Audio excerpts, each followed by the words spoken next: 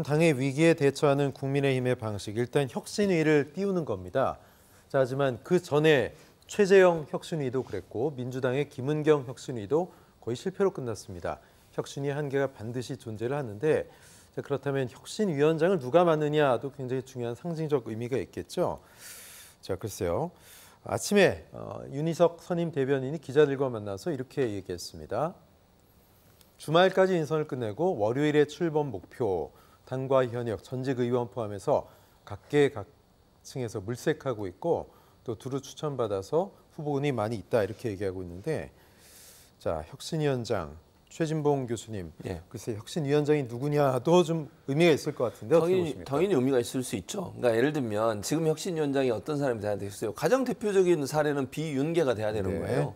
그러니까 친윤계가 또 혁신위원장을 맡으면 혁신의 의지가 없다고 볼 겁니다. 그렇지 않아도 김기현 체제가 계속 유지가 되고 있는 상황 아니겠습니까? 그걸 돌파하는 방식이 혁신위원회인데, 혁신위원회는 그렇다면 비윤계, 즉 김기현 대표 체제에 대해서 어느 정도 각을 세울 수 있는 사람이 들어와야 한다고 저는 봐요. 근데 과연 그렇게 할 수 있겠냐는 거죠.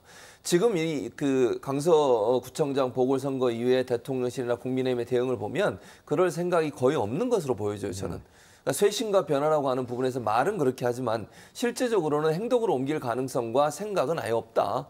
그리고 대통령이 과연 지금 이 선거에 대해서 심각성을 느끼고 있는지 제가 잘 모르겠어요. 그 부분도 저는 좀 의심스럽거든요.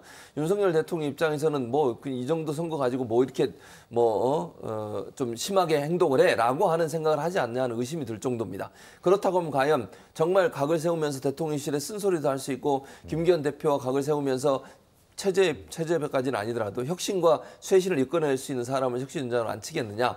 저는 좀 회의적이고요. 적당히 혁신이 만들어서 모양만 갖추고서 또 지나가지 않을까 이런 우려가 있습니다. 네, 논란만 키웠던 민주당 혁신위가 되지 않으려면 혁신위원장 또 혁신이 어떤 기조로 가야 된다고 보세요? 네, 지금 말씀하신 대로 그러니까 정말로 혁신 의지가 있는 인물이 와야 되는 거죠.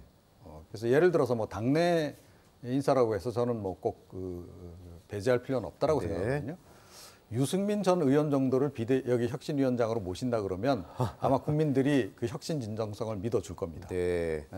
뭔가 좀 진정성을 갖고 변하려고 하는구나. 그런데 그렇지 않다라고 전제한다면 외부에서 뭐 어떤 분을 모셔올지는 모르겠으나 김은경 이제 위원회 재판이 될 가능성이 굉장히 높죠.